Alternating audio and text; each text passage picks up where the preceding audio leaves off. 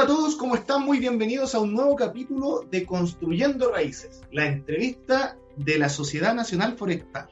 Hoy en un capítulo especial, una edición distinta, no es netamente una entrevista, sino que un pequeño panel que quisimos tener con dos voces importantes del sector que nos ayuden a entender un poquito lo que pasó este domingo recién pasado y sus implicancias quizás en el sector silvoagropecuario, ¿no? Y por supuesto también hablar del futuro, que es lo que nos convoca y lo que más nos importa.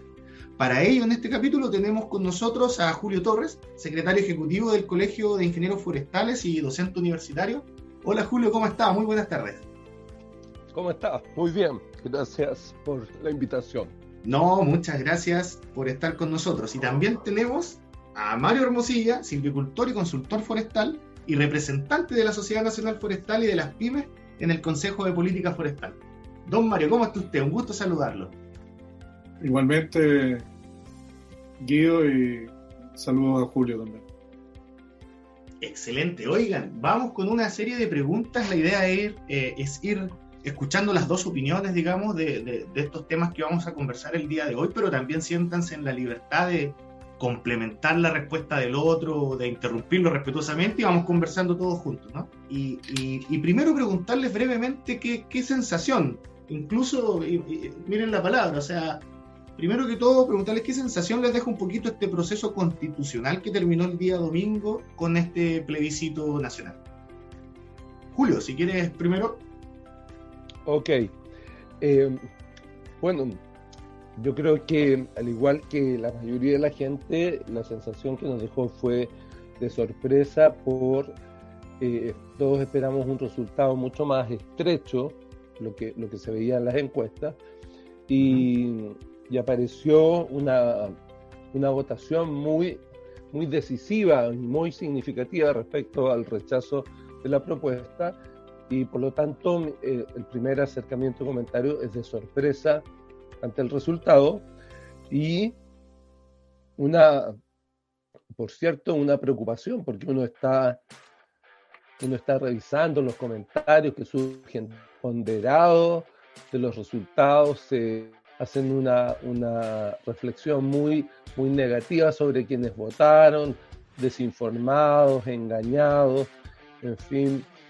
Y entonces creo que todos esperaríamos que el resultado llamara a una reflexión más profunda a partir de lo que se propone hacia el futuro y que podamos entonces partir con una reflexión de lo que pasó, y siento que eso es un poco optimista porque hay mucha gente que parece que no toma nota de lo que se votó, no toma nota de que hay una distancia entre lo que se piensa y lo que la ciudadanía está votando, y por lo tanto mi preocupación es de si quienes están o quienes van a estar a cargo del nuevo proceso que se viene van a efectivamente tomar nota de esa brecha que hubo entre las expectativas, entre lo que pensaban los que armaron o los protagonistas del proceso y lo que la gente está pidiendo. Eso me preocupa mucho. Siento que esa brecha no se está cortando y eso amenaza que podamos, ojalá no sea así, caer de nuevo en un error, en un nuevo proceso. Entonces, sorpresa y preocupación, te diría que son mis dos reflexiones sobre lo que ha pasado.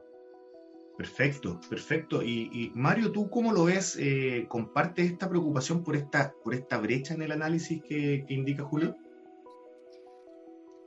Bueno, la preocupación yo creo que está fundada muy importantemente en el devenir de la economía. La economía se va a contraer fuerte, va a haber impacto por la inflación en los bolsillos de la gente, va a haber menos empleo, hay menos inversión, y todo esto está gatillado obviamente en parte por un tema mundial, pero también por la incertidumbre local. Todo este proceso constituyente que ya lleva un buen tiempo generó mucha incertidumbre en la actividad económica. Y ha golpeado fuerte y va a seguir golpeando, porque en el fondo esto no termina aquí, sino que continúa y va a haber que analizar, ¿no es cierto?, el cómo se va a seguir, se va a generar la estabilidad. Es muy importante generar estabilidad en el tema constitucional y claro, aún no sabemos cómo eso va a ser. Pero sin embargo, los resultados obtenidos son muy importantes. O sea, votó un 50% más de personas que votaron en la elección presidencial, con un 86% del padrón electoral. De participación. Eso es casi como que votara todo el mundo. El resultado fue de un 25% de diferencia a favor del rechazo respecto del apruebo, y eso habla claramente de que la constitución que se redactó no fue buena. No fue buena. Y bueno, ahora yo creo que hay que tomárselo con calma, la gente tiene que pensar un poco estos resultados, tiene que evaluar su forma de ver las cosas y ser generoso con el futuro del país. Pero hay que preocuparse mucho de la parte económica, porque eso le va a pegar muy fuerte a la gente. El gobierno sigue gastando sumas muy grandes de dinero, está absolutamente desbalanceado en ese sentido, y todo ese desbalance que hoy día ya llega casi al 9%, ese desbalance hay que financiarlo, y eso se va a financiar con inflación. Entonces, cuidado, hay que tener cuidado. Pero desde un punto de vista mirado de largo plazo, nosotros tuvimos una elección de senadores y diputados en que pudimos ver que los votantes le dieron un equilibrio a los grupos tradicionales, ¿no es cierto?, de izquierda, centro, derecha. A los partidos políticos, en definitiva. Claro. A los partidos políticos, y después en la elección presidencial hubo una diferencia de 10 puntos entre los dos. Y ahora, en el fondo, el país nos mostró por 25 puntos de diferencia que le gusta más la moderación, y que todo esto que se pretendía hacer fue un poco extremo. Y por lo tanto también la gente que redactó esto tiene que hacerse un mea culpa. No representaron al país adecuadamente, y ahora, bueno, nosotros estamos muy expectantes en el mundo económico de ver que ojalá nuestros legisladores generen una fórmula de trabajo que sí permita que el resultado sea un resultado adecuado, ponderado, y donde reina el sentido común. Es muy importante. Y se mire hacia adelante con una perspectiva de largo plazo y de estabilidad para el país. Y no de revanchismo. A mi juicio, la constitución que se redactó fue sesgada. Y eso no le hace bien al país. Debió haberse involucrado a más personas, debió haber sido... Se perdió una oportunidad, en el fondo. Justamente hacia allá quería apuntar, Mario, porque no sé si comparte, Julio, esta mirada en que mi pregunta es la siguiente. O sea, lo más probable, y todo así lo indica, es que vamos a continuar con este proceso de alguna u otra forma. Está por definir el mecanismo, pero el proceso constitucional en Chile al parecer continúa, a pesar de que, ojo, que esta semana se han levantado varias voces que nos dicen, o sea, que son detractoras, que nos dicen que hasta aquí no más llegamos, que Chile no quiere más. Pero bueno, supongamos que esto va a continuar, y acá hay una serie de aprendizajes que rescatar, digamos, para no cometer los mismos errores. Por ahí Mario nos dice que uno de estos puntos es justamente una irresponsabilidad económica quizás en la propuesta, que no se supo hasta el final, hasta una vez escrita y una vez entregada ya, una primera acercamiento hacia los costos eventuales que podría haber tenido. ¿Tú sientes que eso es correcto, Julio, que fue preponderante? ¿Es uno de los factores a rescatar, aprender para el futuro, para no repetir los mismos errores? Sí, Bueno, hay distintos análisis respecto a la votación y a la gran diferencia que se produjo. Y uno de esos análisis considera en forma importante el contexto económico en que se dio esta votación. Es un contexto económico negativo, alta inflación, bajo crecimiento, vamos a entrar prácticamente en una recesión y por lo tanto muchos analistas señalan que parte del resultado está dado por eso, por variables de contexto, además por supuesto del contenido mismo del documento. A mí lo que me preocupa es que sin duda el trabajo de esta propuesta no sopesó los impactos económicos o el costo económico de lo que estaba proponiendo. Pero a mí lo que me preocupa hacia adelante es que, como tú decías, ya hay propuestas de continuar el proceso. Por otra parte, hay gente que le está poniendo un poco de paños fríos a esto. Yo creo que todos están de acuerdo en que el proceso tiene que seguir. Yo creo que las diferencias están dadas en los plazos y en los apresuramientos que se están dando. A mí me preocupa mucho que ya se están planteando unos plazos excesivamente acotados. Se está hablando de que antes de septiembre del próximo año se pueda contar con una nueva constitución, y eso me parece extremadamente corto de tiempo, pensando que tiene que haber un plebiscito de salida, que tiene que haber una elección, eventualmente lo más probable que sean nuevos convencionales. Por lo tanto, están acotando, están reduciendo el espacio de deliberación para tratar de sacar un producto lo antes posible. Y eso yo creo que es muy preocupante. Si algo no puede faltar, es una deliberación pausada, meditada, de lo que queremos hacer. Y ya está advertido, todos los actores están advertidos, los que se sientan a la mesa a definir un mecanismo, se sentaron hace muy poco todos los partidos políticos, a que tienen que tener sintonía con la gente. No puede ser que piensen de espaldas a la gente, porque la gente les va a rechazar de nuevo algo que no esté en sintonía con la gente. Entonces, esas discusiones de cúpula, oye, saquémoslo en 6 meses, partamos acá, antes del 11 de septiembre del 2023 lo quieren sacar, por no un simbolismo, podemos. ¿no? Claro, puro simbolismo, pero eso no sirve. Entonces, a mí me preocupa que se están discutiendo mucho las formas, los tiempos, y sacan un producto cuando el producto es lo más importante. Porque ya, de nuevo te digo, están advertidos de que la gente no compra estas cosas así de buenas a primeras. Entonces, hay una responsabilidad. Se les planteó con este rechazo masivo que la gente no los va a seguir en lo que ellos quieran hacer. Y eso también tiene que ver con los plazos. Es decir, hablar de 6 meses de liberación y terminar, o sea, de aquí a un año, cuando recién se está discutiendo. Por eso, digo, yo creo que todos están de acuerdo en que el proceso tiene que seguir. Pero las prisas, las pausas, los tiempos, yo creo que eso es importante que se piense bien, porque si no vamos a caer en apresuramiento y después y todos después van a hacer mea culpas cuando ya, si estamos en un segundo rechazo, pero los mea culpas no sirven. O sea, es ahora cuando hay que aprender de las lecciones pasadas y no caer en los mismos errores o en nuevos errores, porque no dicen no voy a caer en los mismos errores, sí, pero vas a cometer otro, como apresurar el proceso. Que apuntan hacia allá.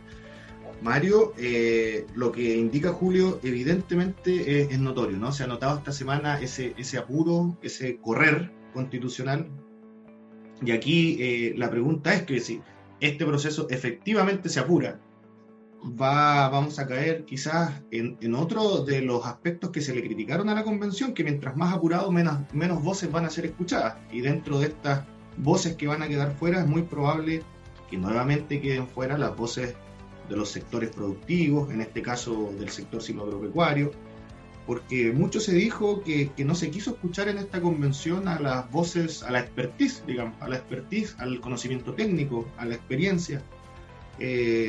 ¿Se esperaría para un futuro proceso una mayor escucha, en este caso de los gremios o de los colegios profesionales también, donde Julio parte, etcétera? Mira, coincido con Julio que aquí lo más importante es hay que hacer las cosas bien. Uh-huh. Porque como en todos los que estamos haciendo cosas en esta vida, en los distintos ámbitos, si no las hacemos bien, hay consecuencias. Entonces, es muy importante hacerlas bien. Y para hacerlas bien, como bien dice Julio, hay que darse los tiempos que se requieren.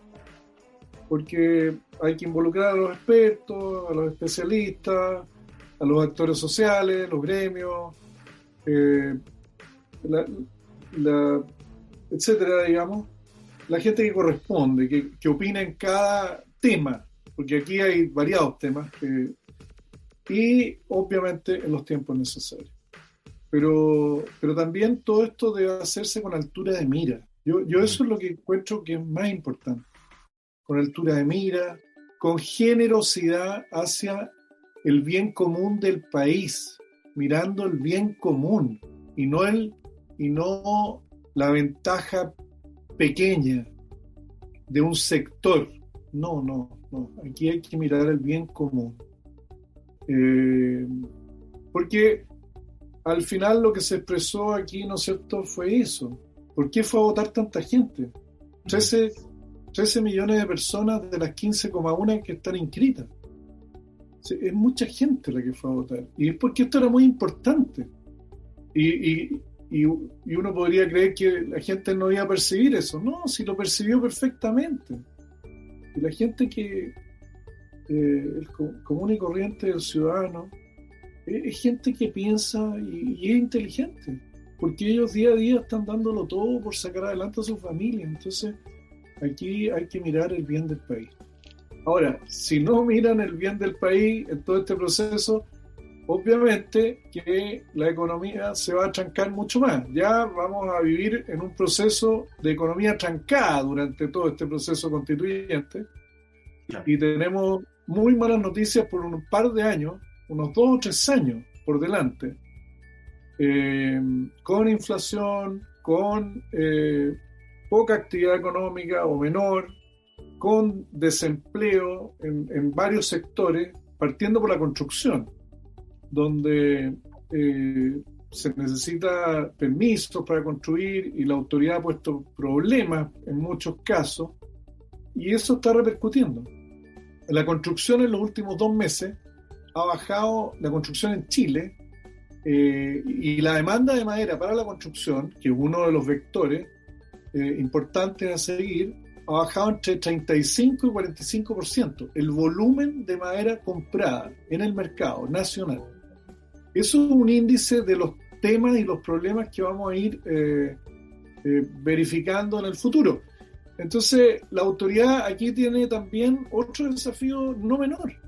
Uno, claro, es el constituyente, pero el país real, todo este tema de largo plazo, ¿no es cierto?, que es la constitución y la estabilidad general, está bien, es importante, hay que seguirlo, pero ojo que el más importante de todo es que la economía no se caiga mucho, y la autoridad necesita estar conversando de cómo va a estimular la economía, y esa conversación no está en la mesa hoy día, recién está empezando a ponerse.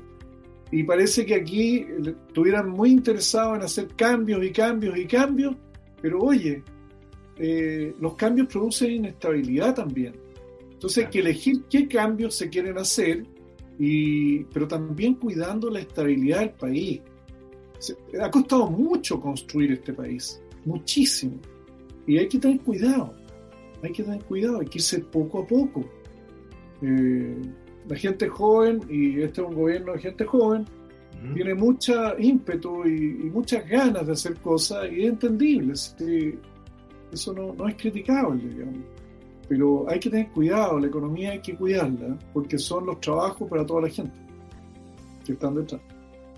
Perfecto, se entiende el punto, Mario.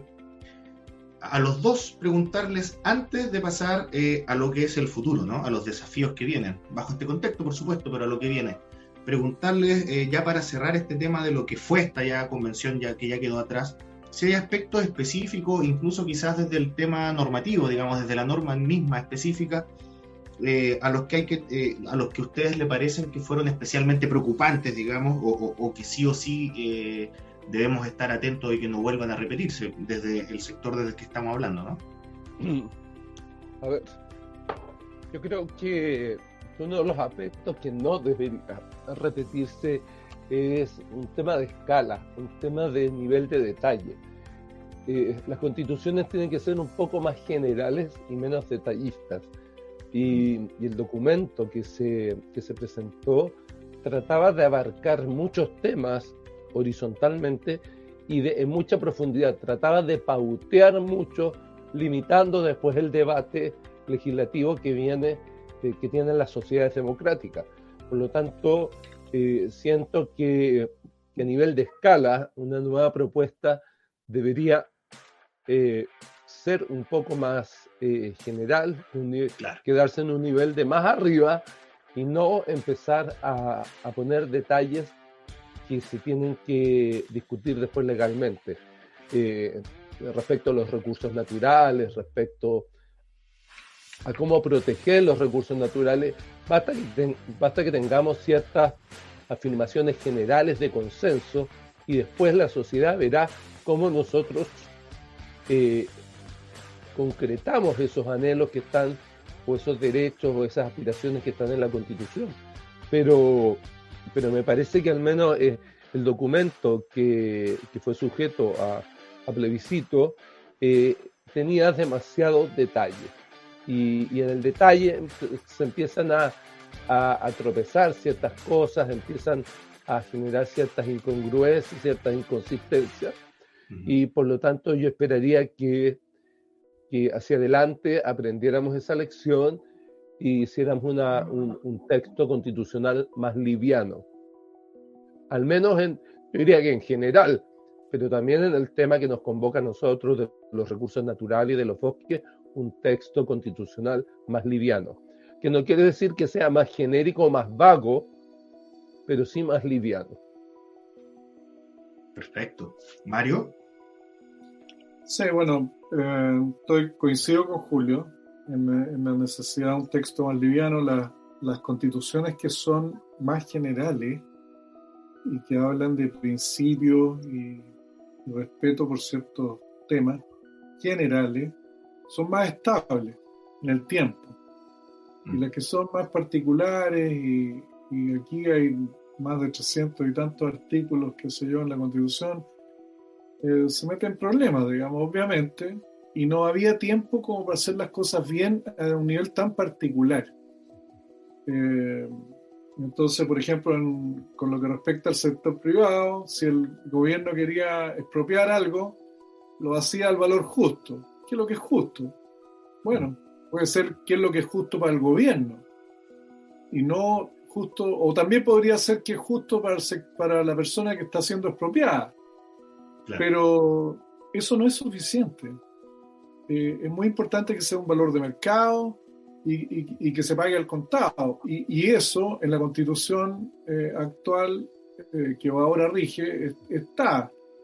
Y no se quiso hacer así, y eso genera una inestabilidad inmensa en el sector económico. Entonces, no es necesario hacer ese tipo de cosas. ¿Por qué innovar de esa manera si ya sabemos la importancia que tiene el sector privado en el movimiento de la economía? No es el Estado de Chile el que mueve la economía, es el sector privado. Entonces hay que darle el ambiente de trabajo necesario a ese sector y la protección que requiere para operar, porque hoy día los agentes privados se mueven libremente por el mundo. Y eso hay que entenderlo. Es un dato de la causa. Entonces, si queremos que la gente invierta en Chile, hay que dar el ambiente. Estamos compitiendo con otros países en el ambiente de inversión, ¿ya? Y ahí es donde hay que generar eso, digamos, es básico. Pero sí hay que progresar. Hay temas en los cuales progresar, como es el tema ambiental, el tema indígena, el tema de la regionalización, el tema de algunos derechos, digamos, que deben administrarse de acuerdo a un presupuesto, ¿no es cierto? Porque las naciones tienen un presupuesto. Nosotros somos un país subdesarrollado, somos un país que tiene carencia, y el presupuesto es uno y no podemos gastarnos más allá de lo que es. Y ese es el problema que hay hoy día. Hoy día se está gastando más de lo que se debe. El Estado es muy grande y muy ineficiente.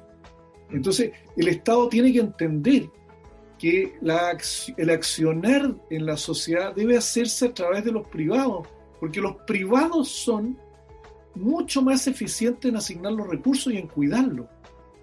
El Estado es muy ineficiente, y aquí se podrían dar miles de ejemplos de la ineficiencia del Estado, pero da lo mismo, no es el momento. Pero a mí eso es lo que yo, digamos, encuentro que es importante. Es bueno el ejemplo, se quiso cambiar hasta lo que funcionaba bien, porque yo nunca había escuchado mayores críticas al sistema expropiatorio del país, y ahí estuvo, fue una de las causas principales de discusión. Oigan, mis contertulios del día de hoy, entonces pasemos al futuro. Dijimos que íbamos a hacer un poco de análisis, pero también hablar un poco de lo que se viene. Sin embargo, no podemos, digamos, evadir que este va a ser el contexto en el cual se va a desarrollar no solo el sector silvoagropecuario, sino que el país todo, ¿no? Pero dentro de este contexto, ¿cuáles son los desafíos del sector para los próximos años? ¿A qué podríamos decirle a quienes nos están escuchando? ¿A qué temas son aquellos que debemos estar atentos? ¿O cuáles son o van a ser esos temas que se van a robar la atención en lo próximo? Julio, primero, a ver, mantengamos el orden. Bueno, el contexto, al saber que aquí vamos a proseguir en un proceso constituyente, es preocupante para nuestro sector, porque nuestro sector tiene el desafío en cada nueva administración de visibilizar nuestros desafíos, de levantar la mano y que nos vean, porque no siempre nos ven. Estamos dentro de un ministerio donde somos, por supuesto, un tema minoritario dentro de toda la temática agropecuaria, y por lo tanto siempre tenemos que estar pegando unos codazos para hacer un espacio en el debate del ministerio y por supuesto del gobierno. Y en este escenario donde vamos a tener que correr por carriles paralelos con una gestión del gobierno de las urgencias y los desafíos propios de la administración del Estado, pero por otra vamos a seguir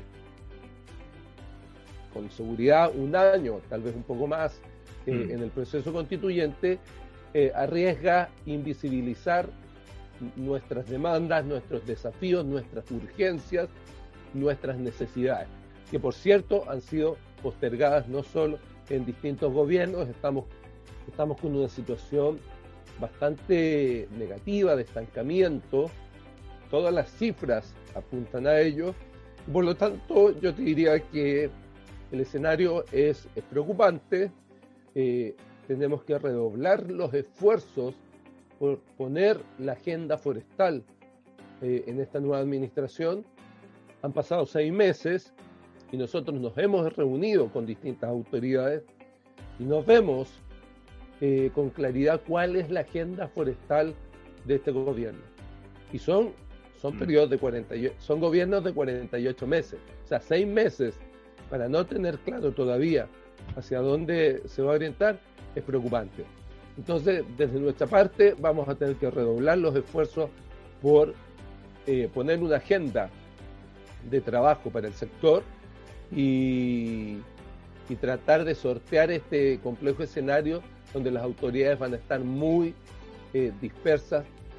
No cabe duda que el presidente dijo que va a gobernar y va a cumplir sus compromisos, pero va a estar con un ojo mirando el proceso, y por lo tanto el nivel de concentración sobre nuestros desafíos es complejo. Por lo tanto, ese es lo que yo te diría que nos tiene que preocupar.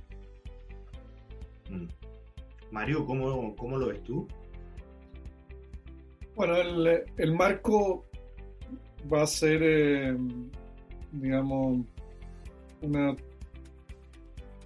baja demanda interna por madera, y el mundo es difícil predecirlo, pero el mundo también está en algunos sectores creciendo poco, en otros afectados por la guerra de Ucrania y Rusia, y ojalá que no haya una entre China y Taiwán y así.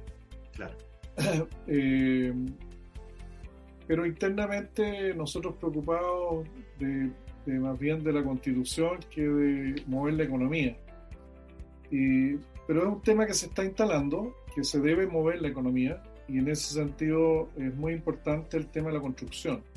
Nosotros vemos cómo en cualquier parte que tú te muevas en Chile se está construyendo, y donde se está construyendo se construye mucho en madera hoy día, muchísimo, se utiliza mucha madera. ¿Por qué? Porque es un material ambientalmente muy favorable respecto al cemento, al fierro y a otros materiales, digamos, de construcción que son sumamente consumidores de energía. La madera no es así. Entonces ahí esperamos que la autoridad, digamos, ponga énfasis para que active un sector que es muy mueve mucho la economía. Claro. Y en ese sentido también yo trabajaría en el tema de los permisos, que los permisos para construir sean más simples, más sencillos. Siempre hay que hacerlo de buena forma, obviamente cumpliendo los procesos, pero dando certeza.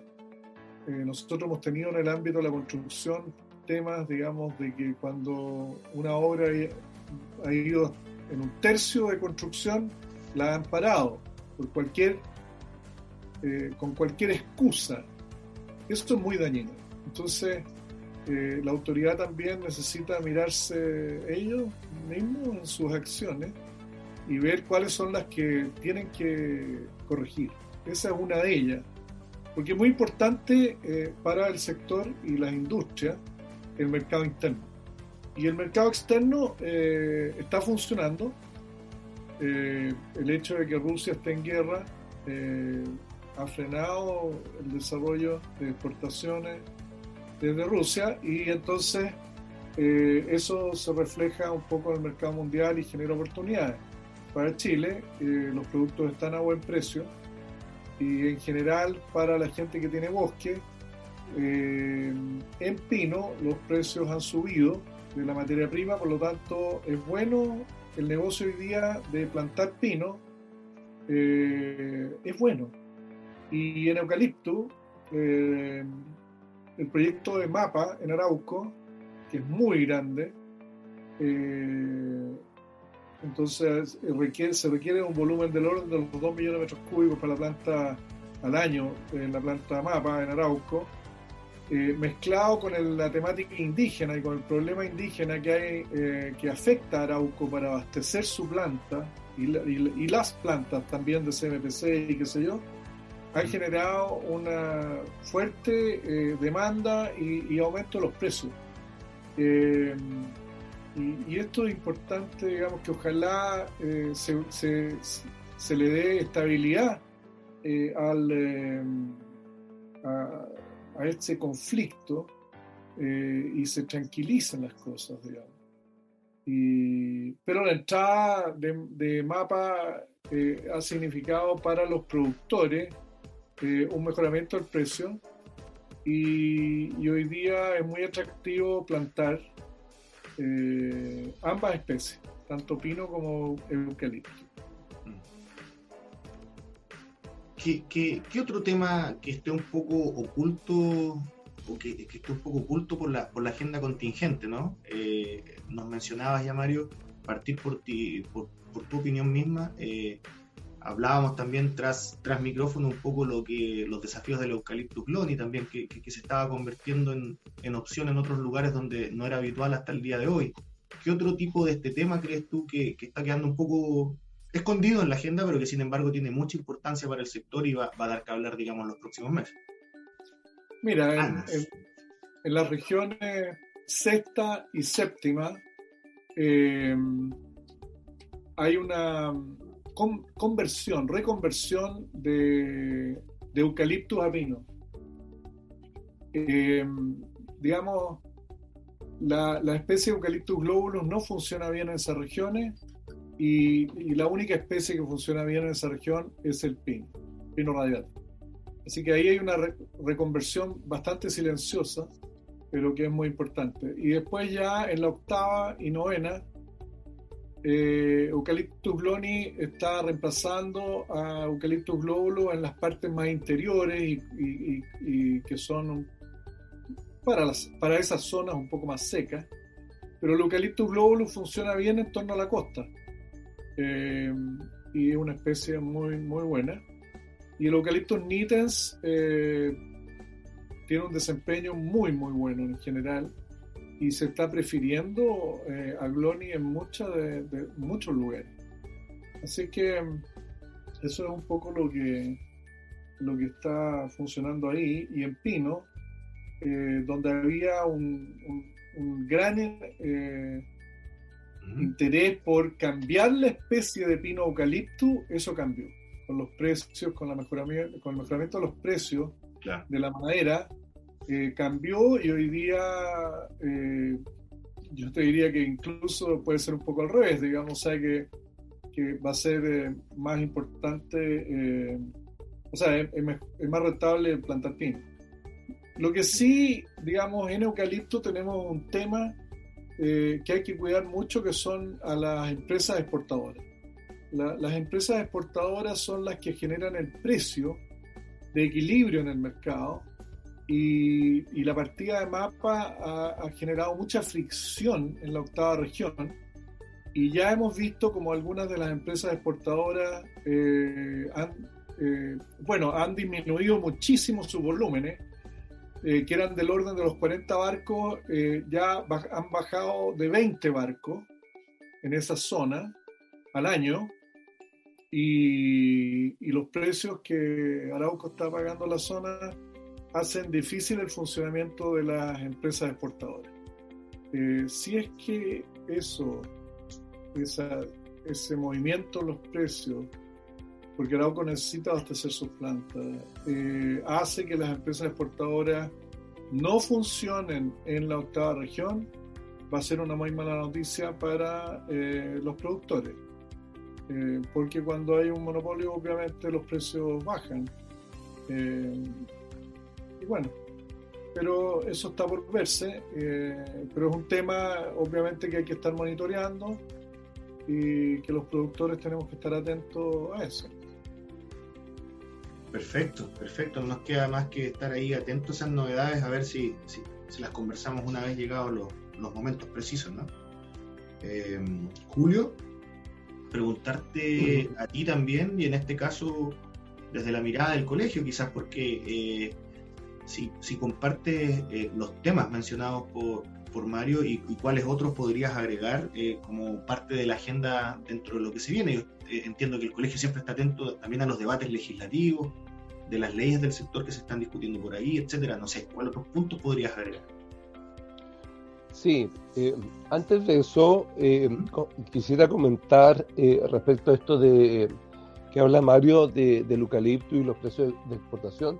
Efectivamente, ahí hay un riesgo, general para el sector, y esto yo lo comentamos en el tragú forestal que se hizo, en el último tragú forestal, donde Arauco, o un representante de Arauco, expuso sobre sus metas de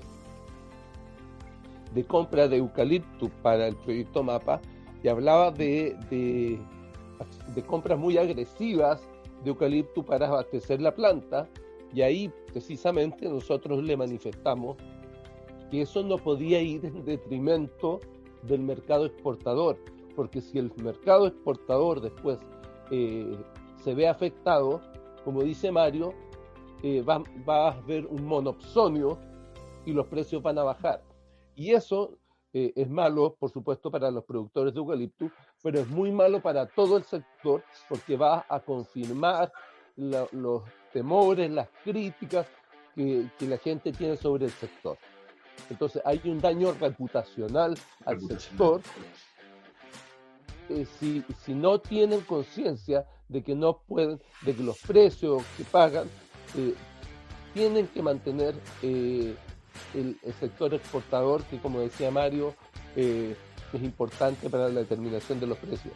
Ahora, cuando se lo planteamos nos dijeron que tenían muy claro esto y que ellos no podían matar el sector exportador.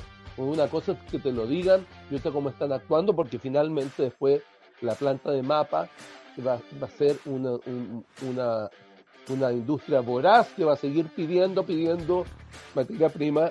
Entonces, ahí es muy importante que el efecto reputacional sobre el sector esté considerado en las políticas. O sea, no solo la rentabilidad y la industria y que tengo que la máquina tenerla en 2-3 turnos, sino que el efecto reputacional sobre las acusaciones de monopsonio, de malas prácticas y de que los precios no se mueven.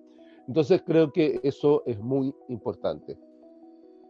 Ahora, otra cosa que es muy importante es estar alertas porque el sector forestal está en un escenario muy complejo.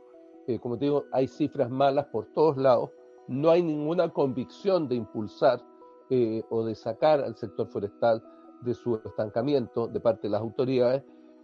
Al contrario, hay una intención como de vigilarlo, de regularlo, de mirarlo con sospecha. Y por otra parte, la violencia desatada, descontrolada, que no ha sido enfrentada por ningún gobierno, hace también que las actividades forestales se vean afectadas. Por lo tanto, yo te diría que es muy negativo el escenario para el sector forestal, dada la sensibilidad que las actuales autoridades tienen respecto al sector y de los partidos que conforman los apoyos de estas autoridades. En ese sentido, hay que ser muy activos, muy proactivos en levantar los beneficios y los aportes del sector, de los cuales no pueden negar. Y uno de los que no pueden negar, y que menciona Mario acertadamente, es la madera.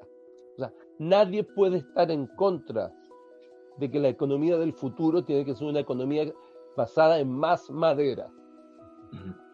Pero tienen que resolver las autoridades. Si están de acuerdo con eso, no pueden estar en desacuerdo con plantar. Ellos están en desacuerdo con plantar, pero están de acuerdo con construir más madera. No se entiende esa lógica. Y ellos no la resuelven por sí mismos. Entonces nosotros tenemos que presionar sobre ese punto. O sea, habla mucho del gobierno ecológico. Bueno, un gobierno ecológico es un gobierno que produce más madera.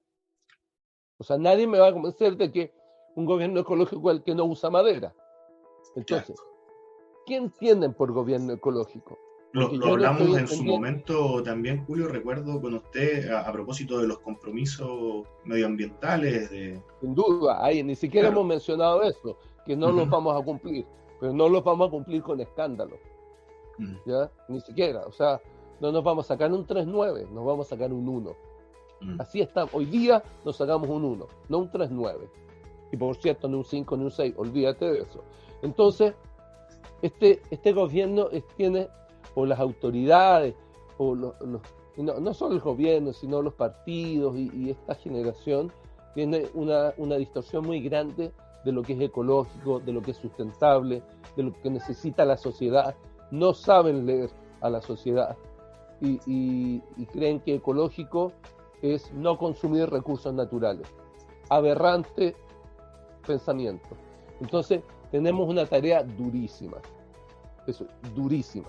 Por todos lados, seguridad, incomprensión, crítica. Yo soy un poco negativo, pero respecto a lo que se viene. Pero porque soy negativo, digo, vamos a tener que actuar con mucha firmeza y con mucha convicción y ser confrontacionales cuando tengamos que serlo. O sea, si creemos que tenemos la razón, tenemos que ser más confrontacionales, porque no debemos dejar que basuren nuestro sector por el que trabajamos y por el que nos formamos y por el que estamos tratando de levantarlo del estado, como te digo, de estancamiento que hay. Entonces, yo soy un poco negativo del escenario. Es difícil, pero tenemos que trabajar con mucha más fuerza, porque no nos van a convencer de que somos negativos para el país ni para el desarrollo de nuestro país. Perfecto. Yo, sí, por favor. Otro de las fuerzas importantes que están ocurriendo es toda la revolución que se está produciendo a nivel de la biomasa. Las plantas en Chile prácticamente un 80% de la madera cerrada que se produce es verde, y con la madera que se seca se produce una serie de acerrines, virutas, etcétera, con la seca, que con ella hoy día lo que se está haciendo es producir pellets para la calefacción, y se están instalando varias plantas de pellet con inversiones, son inversiones no bajas, digamos, pero igual menores comparado con las de la celulosa, obviamente, pero todo lo que hoy día implica acerrines secos se ha ido transformando, digamos, materiales secos, se ha ido transformando en pellet, y eso en detrimento de las materias primas que utilizaban las plantas de tablero de partículas, etcétera. Entonces, MDF y otros tableros en general. Y también hay una gran oportunidad en todo lo que es los acerrines y todo eso, biomasa que hay abajo, sin corteza, limpia corteza, que es húmeda y que se puede triturar y secar. Y eso está empezando a ocurrir muy fuerte en Chile, porque hay una demanda que está creciendo anualmente del orden del 20% en la industria del pellet para consumo residencial, prácticamente un 80% consumo residencial y un 20% industrial.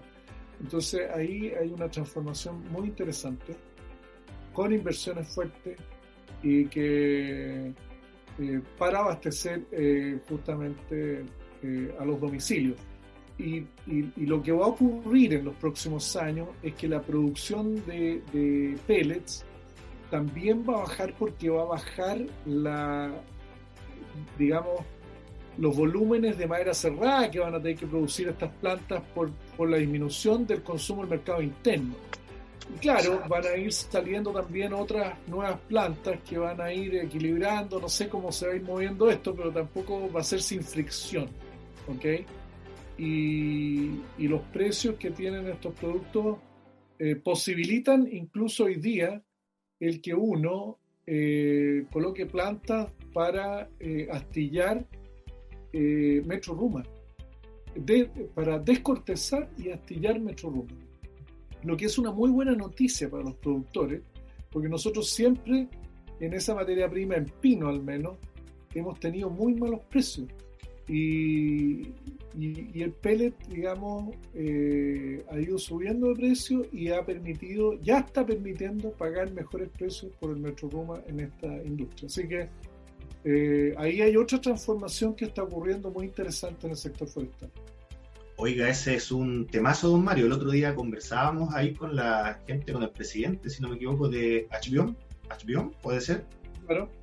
La Asociación Chilena, claro, de la Biomasa, y nos comentaba lo mismo que usted nos indica, o sea, que en Chile primero les faltaba mayor capacidad de secado, que cuando ya tuvieran una mayor capacidad de secado, y funcionara la industria, como dice usted, que en este momento está en un déficit de la materia prima para ellos, nunca más iban a dar estas crisis, digamos, de falta de pellet residencial que se dio este año y que ha sido noticia por varios meses. Y también nos decía que ya se estaban acercando al gobierno, y ahí el típico ver para creer, pero que el gobierno se había acercado ya con ellos para ver qué se podía hacer, y una de las definiciones importantes ahí era esta ley que está pendiente de la...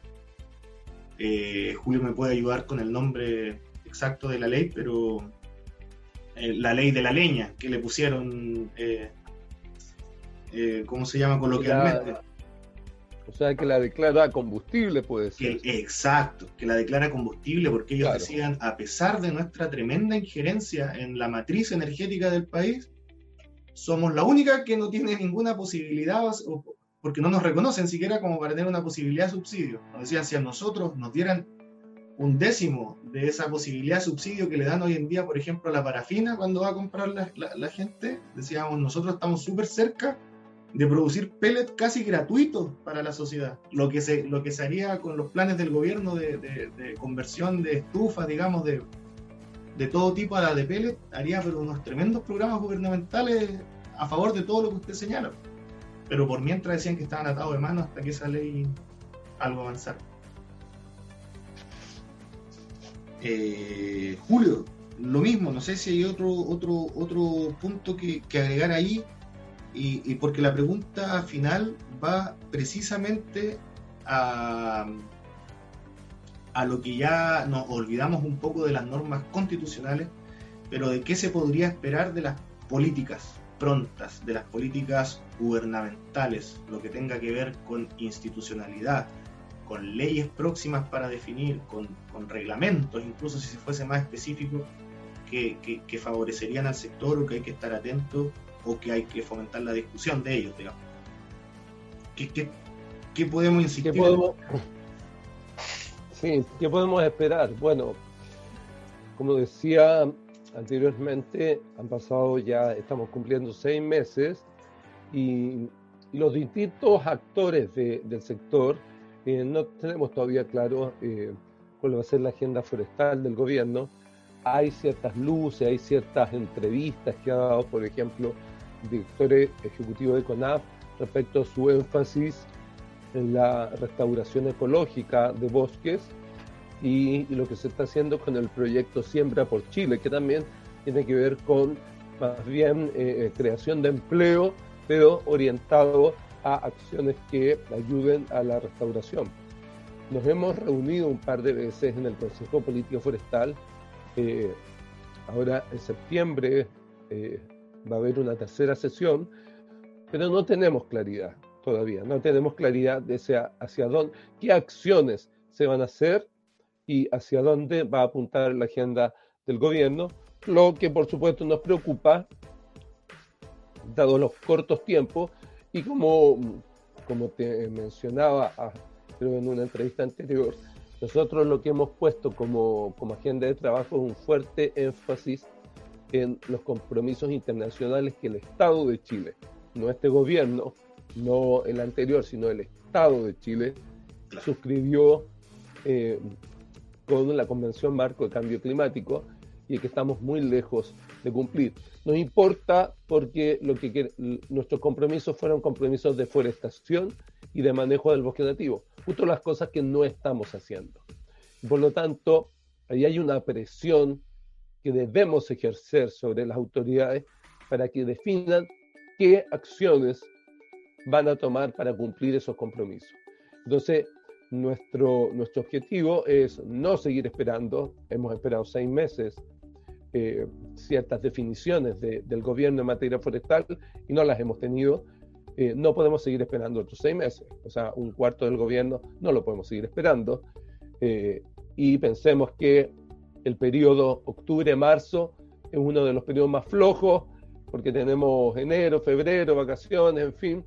Entonces nos preocupa mucho esa falta de definiciones y tenemos que salir a buscar, a pedir esas definiciones para saber si estamos alineados con lo que se espera. Hasta ahora, como te digo, no estamos en un limbo, no sabemos realmente hacia dónde apunta la agenda forestal, y que se mezcla con la agenda de seguridad, por supuesto, con el contexto internacional que dice Mario respecto a la economía. Y por lo tanto, lo que te puedo decir es que estamos en una incertidumbre, y queremos que en los próximos días, nos vamos a reunir, como te digo, este mes, podamos tener ciertas definiciones del gobierno para tratar de ya de delinear bien cuál es la agenda forestal de este nuevo gobierno. Mario, respecto a lo mismo, estos próximos 3 años. No, está el micrófono. Ok, yo creo que uno de los énfasis que el gobierno deberá tener es en la transformación de CONAF, de una entidad que no es pública hoy día, a una entidad pública, y la formación del SERNAFOR, que es el Servicio Nacional Forestal. Eso es algo que el sector hace ya más de una década requiere, y los distintos gobiernos no han podido abordar eso exitosamente. Lo segundo es que yo creo que en temas ambientales nosotros seguimos educando a la autoridad por la contribución, y el sector forestal en los últimos 130 años forestó 2,4 millones de hectáreas, pero quedan todavía por forestar 2 millones de hectáreas. Las cifras varían entre 1,5 y 2 millones, y en esos 1,5 o 2 millones el suelo se está perdiendo, y el suelo es un recurso no renovable, y ahí la autoridad deberá poner el énfasis, y como bien decía Julio, tiene algunos compromisos a nivel internacional que cumplir, pero el énfasis que está poniendo muchas organizaciones y la presión que ponen sobre el gobierno es de plantar especies nativas que no funcionan, no producen productos comerciales, y sí, no, las 3 especies que sustentan la forestación de las 2,4 millones de hectáreas son las que se debieran estar forestando en esos terrenos, y ahí la autoridad está equivocada. Digamos, escuchan a la gente, pero el forestar una hectárea con una especie nativa vale 20 veces más que una con las 3 especies que nosotros hemos sustentado la industria. Y también, digamos, los bosques aportan entre 5 a 8,5 veces más agua a las napas freáticas que cualquier terreno comparativo con, digamos, sin bosque. Eso es agua gratis que se le entrega a la población. Y también baja la temperatura donde hay bosque entre 2 y 3 grados Celsius, la temperatura ambiente, ¿ya? Lo que es muy importante cuando hay temperaturas altas, y los bosques en Chile son responsables de la captura del 60% del carbono que Chile captura. Así que no son pequeñeces estos temas a nivel ambiental, y es importante que la población los conozca, y es también rol del gobierno difundir esto, y que en la construcción el material a usar debiera ser la madera. Debiera haber un fomento tremendo para el uso de la madera, porque en el tema ambiental consume mucho menos energía que el cemento y que el fierro, y etc. Así que ahí es donde la autoridad deberá ir poniendo el énfasis, obviamente, y en generar un ambiente propicio para la inversión, porque hasta aquí estamos hablando de inversiones de largo plazo. El sector mueve hoy día al año un poco más de 20.000 millones de dólares en actividad económica, tanto exportación como a nivel nacional, en más de 19.000 empresas. No es menor eso. Así que es un sector que tenemos que cuidar, y es un sector renovable completamente, porque depende de plantaciones forestales. Tremendas cifras que esperamos sean consideradas en estos 3 años que quedan, ¿no?, de gobierno, para ir trabajando juntos en tantos temas que no se reducen solo a una nueva constitución, que va a ser parte de, pero son muchos los caminos que hay que recorrer en paralelo, porque si no, no vamos a llegar, diría don Julio. Don Mario, un agradecimiento gigante por haber participado en este primer panel, si lo podemos llamar así. Estuvo pero muy entretenido y quiero cerrar con ustedes con lo que ya se está volviendo habitual en los capítulos anteriores, que es, y esto es casi cronometrado, se llama el minuto de confianza. Ustedes hablándole pero directamente a nuestros socios y adherentes de la Sociedad Nacional Forestal para entregar un mensaje final de libre temática.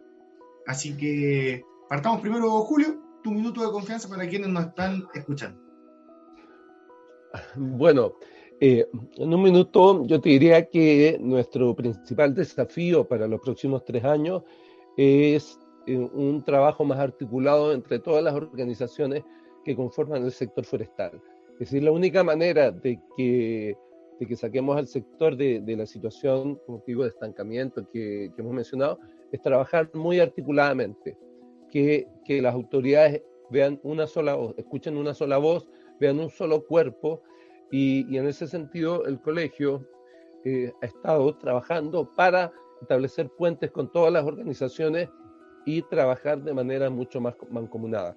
Yo creo que esa es la invitación a todas las organizaciones, que por supuesto tiene sus énfasis, tiene sus preocupaciones, pero el sector forestal está en una situación que tenemos que definitivamente trabajar en forma conjunta y alineada, y para eso se requiere, como te digo, establecer esos puentes, y el colegio está dentro de sus prioridades hacer eso. Perfecto. Don Mario, usted, su minuto. Sí, mira, yo creo que el sector, existen muchas oportunidades hoy día porque hay una mayor demanda de bosques que la oferta que tenemos, lo que genera una oportunidad tremenda para digamos, plantar más y mejores bosques.